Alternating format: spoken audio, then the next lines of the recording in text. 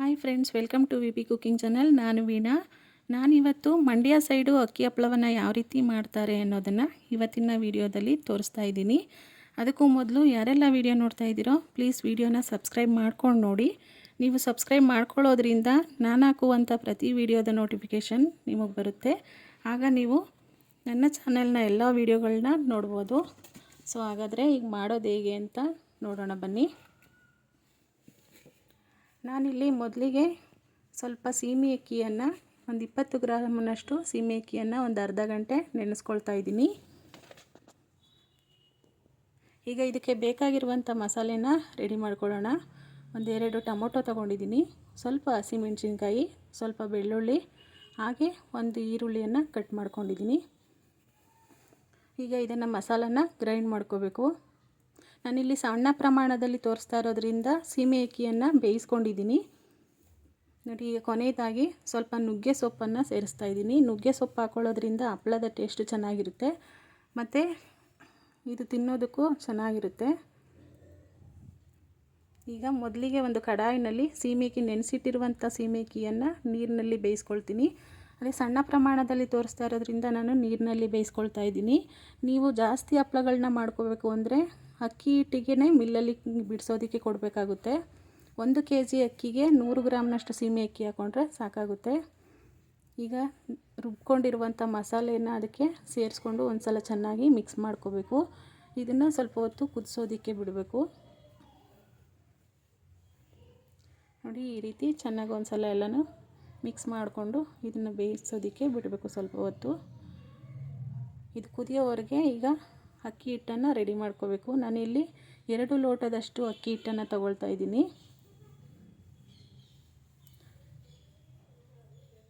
2 ಲೋಟ ಅಕ್ಕಿ ಹಿಟ್ಟಿಗೆ ಈಗ ಸ್ವಲ್ಪ ಜೀರಿಗೆ ಮತ್ತು ಸ್ವಲ್ಪ ಎಳ್ಳನ್ನು ಸೇರಿಸ್ತಾ ಇದ್ದೀನಿ. 1 ಟೀ ಸ್ಪೂನಷ್ಟು ಎಳ್ಳು, 1 ಟೀ ಸ್ಪೂನಷ್ಟು ಜೀರಿಗೆ ಹಾಕ್ಕೊಂಡ್ರೆ ಸಾಕಾಗುತ್ತೆ ನಾನು ಮಾಡ್ತಾ ಇರುವಂಥ ಪ್ರಮಾಣಕ್ಕೆ.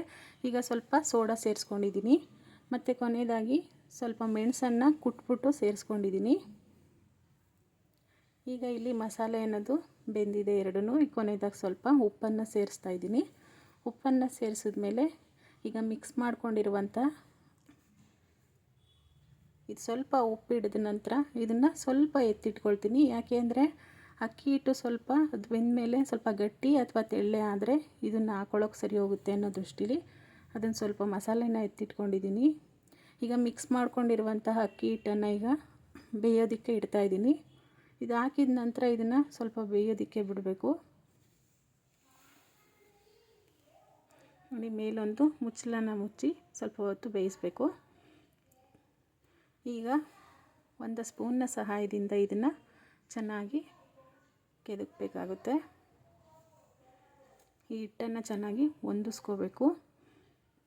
ಇದು ಸ್ವಲ್ಪ ಗಟ್ಟಿ ಆಯಿತು ಅಂದರೆ ಈಗ ಎತ್ತಿಟ್ಟಿರುವಂಥ ಮಸಾಲೆನ ಇದಕ್ಕೆ ಸೇರಿಸ್ಕೊಂಡು ಚೆನ್ನಾಗಿ ಅದೇ ರೀತಿ ಹೊಂದಿಸ್ಕೋಬೇಕು ನೋಡಿ. ನಾನೀಗ ಇದಕ್ಕೆ ಮಸಾಲೆನ ಸೇರಿಸ್ಕೊಂಡು ಚೆನ್ನಾಗಿ ಹೊಂದಿಸ್ಕೊಳ್ತೀನಿ. ಆದ್ರೂ ಗಟ್ಟಿ ಬಂದರೆ ಪಕ್ಕದಲ್ಲೇ ಸ್ವಲ್ಪ ಬಿಸಿನೀರನ್ನ ಇಟ್ಕೊಂಡು ಅದನ್ನು ಸಹ ಹಾಕೋಬೋದು. ಸ್ವಲ್ಪ ಬಿಸಿನೀರನ್ನು ಸೇರಿಸ್ಕೊಂಡು ಈಗ ಚೆನ್ನಾಗಿ ಹೊಂದಿಸ್ಕೊಳ್ತಾ ಇದ್ದೀನಿ. ಈ ಹಪ್ಪಳನ ಮಂಡ್ಯ ಸೈಡು ಚೆನ್ನಾಗಿ ಮಾಡ್ತಾರೆ ಮತ್ತು ಇದ್ರ ಟೇಸ್ಟು ಅಷ್ಟೇ. ನುಗ್ಗೆ ಸೊಪ್ಪು ಹಾಕೋದ್ರಿಂದ, ನುಗ್ಗೆ ಸೊಪ್ಪು ಒಂದು ಹೆಲ್ತಿ ಇಂಗ್ರೀಡಿಯೆಂಟ್ಸು, ಅದು ಹಾಕೋದ್ರಿಂದ ತುಂಬಾ ಟೇಸ್ಟ್ ಇರುತ್ತೆ. ಮಾಮೂಲಿ ನೀವು ಹಪ್ಪಳ ತಿನ್ನೋದಕ್ಕಿಂತ ಸ್ವಲ್ಪ ಡಿಫ್ರೆಂಟ್ ಟೇಸ್ಟ್ ಕೊಡುತ್ತೆ ಅಂತಲೇ ಹೇಳ್ಬೋದು ನೋಡಿ. ಎಲ್ಲನೂ ಚೆನ್ನಾಗಿ ಈ ರೀತಿ ಹೊಂದಿಸ್ಕೊಂಡಿದ್ದಾಗಿದೆ. ಈಗ ಪುನಃ ಇದನ್ನು 1 ನಿಮಿಷ ಬೇಯಿಸ್ಕೊಳ್ತೀನಿ.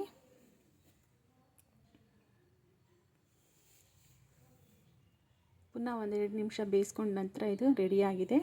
ಈಗ ಇದನ್ನು ಚೆನ್ನಾಗಿ ನಾದ್ಕೋಬೇಕು. ಇದು ನಾದ್ಕೋಬೇಕಾದ್ರೆ ಎಣ್ಣೆಯನ್ನು ಬಳಸಬೇಡಿ. ಎಣ್ಣೆಯನ್ನು ಬಳಸೋದ್ರಿಂದ ನಾವು ತುಂಬ ದಿನ ಹಪ್ಪಳವನ್ನು ಇಡೋದ್ರಿಂದ ಎಣ್ಣೆ ಸ್ಮೆಲ್ ಬಂದುಬಿಡುತ್ತೆ ಹಪ್ಪಳಗಳು.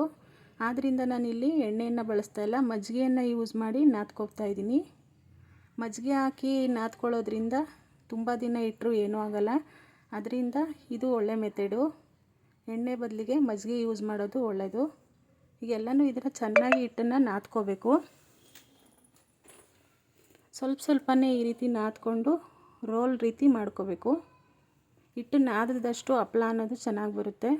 ಅದರಿಂದ ಚೆನ್ನಾಗಿ ನಾದ್ಕೋಬೇಕು ನೋಡಿ ನಾನು ಈ ರೀತಿ ರೋಲ್ ಮಾಡ್ಕೊಳ್ತಾ ಇದ್ದೀನಿ.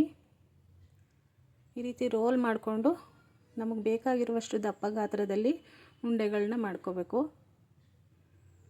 ನಾನು ಈ ಸೈಜಿನಲ್ಲಿ ಉಂಡೆಗಳನ್ನ ರೆಡಿ ಮಾಡ್ಕೊಳ್ತಾ ಇದ್ದೀನಿ. ನೋಡಿ ಈಗ ಉಂಡೆಗಳು ಮಾಡ್ಕೊಂಡಿದ್ದಾಗಿದೆ.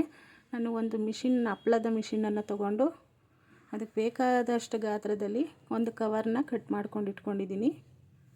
ಈಗ ಇದಕ್ಕೆ ಸ್ವಲ್ಪ ಆಯಿಲ್ ಸೇರಿಸ್ಕೊಳ್ತೀನಿ.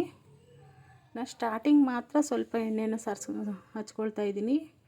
ಕೊನೆವರೆಗೂ ಹಪ್ಪಳ ಮುಗಿಯೋವರೆಗೂ ಇಷ್ಟೇ ಸಾಕಾಗುತ್ತೆ. ಪುನಃ ಎಣ್ಣೆ ಹಾಕೊಳ್ಳೋ ಅವಶ್ಯಕತೆ ಇಲ್ಲ. ಹಪ್ಪಳ ಅಂಟಬಾರ್ದು ಅನ್ನೋ ಉದ್ದೇಶಕ್ಕೆ ಸ್ವಲ್ಪ ಎಣ್ಣೆನ ಹಚ್ಕೊಳ್ತಾ ಇದ್ದೀನಿ. ಈಗ ಒಂದೊಂದನ್ನೇ ಉಂಡೆಯನ್ನು ಇಟ್ಕೊಂಡು ಈಗ ಪ್ರೆಸ್ ಮಾಡ್ಕೋಬೇಕು. ನೋಡಿ ಈಗ ಹಪ್ಪಳ ಅನ್ನೋದು ರೆಡಿಯಾಗಿದೆ. ಈಗ ಎಲ್ಲವನ್ನು ನಾನು ಇದೇ ರೀತಿ ಮಾಡ್ಕೊಳ್ತೀನಿ. ನೀವು ಇದರ ಹಪ್ಪಳನ ಬಿಸಿಲಲ್ಲಿ ಒಣಗಿಸಿದ್ರೆ ಚೆನ್ನಾಗಿ ಒಣಗುತ್ತೆ ಮತ್ತು ಬೇಗನೂ ಒಣಗುತ್ತೆ. ಬಿಸಿಲಲ್ಲಿ ಒಣಗಿಸೋದು ಒಳ್ಳೆಯದು. ಹಾಗೆ ಬಿಸಿಲಿನ ಟೈಮಲ್ಲೇ ಮಾಡ್ಕೋಬೇಕು ಈ ಹಪ್ಪಳ ಅನ್ನೋದನ್ನು. ನಾನು ಎಲ್ಲವನ್ನು ಇದೇ ರೀತಿ ಪ್ರೆಸ್ ಮಾಡಿಕೊಂಡು ಬಿಸಿಲಲ್ಲಿ ಒಣಗಿಸ್ಕೊಳ್ತೀನಿ.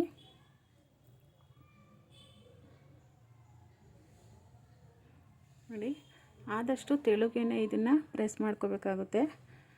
ಎಲ್ಲವನ್ನು ಇದೇ ರೀತಿ ಪ್ರೆಸ್ ಮಾಡ್ಕೊಂಡಿದ್ದೀನಿ ನೋಡಿ ಇದನ್ನು. ಈಗ ಇವು ಒಣಗಿದ್ದಾಗಿದೆ.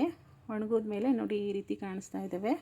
ಈಗ ಇದನ್ನು ಸ್ವಲ್ಪ ಎಣ್ಣೆನ ಕಾಯಿಸ್ಕೊಂಡು ಹಪ್ಪಳನ ಕರಿತಾ ಇದ್ದೀನಿ. ಹಪ್ಪಳ ಕರಿದ ಮೇಲೆ ನೋಡಿ ಈ ರೀತಿ ಕಾಣಿಸ್ತಾ ಇದೆ. ಹಪ್ಪಳ ಮಾಡೋದು ಹೇಗೆ ಅಂತ ನೋಡಿದ್ರಲ್ವ, ಈ ಮೆಥಡ್ನಲ್ಲಿ ಹಪ್ಪಳ ಮಾಡೋದನ್ನ. ಈ ಮೆಥಡ್ನಲ್ಲಿ ನೀವು ಒಂದು ಸಲ ಟ್ರೈ ಮಾಡಿ, ತುಂಬ ಚೆನ್ನಾಗಿರುತ್ತೆ. ಟೇಸ್ಟು ಅಷ್ಟೇ ಮಾಮೂಲಿ ಹಪ್ಪಳಕ್ಕಿಂತ ಸ್ವಲ್ಪ ಡಿಫ್ರೆಂಟಾಗಿರುತ್ತೆ. ಹಾಗೆ ವಿಡಿಯೋನ ಲೈಕ್ ಮಾಡಿ, ಶೇರ್ ಮಾಡಿ. Thank you.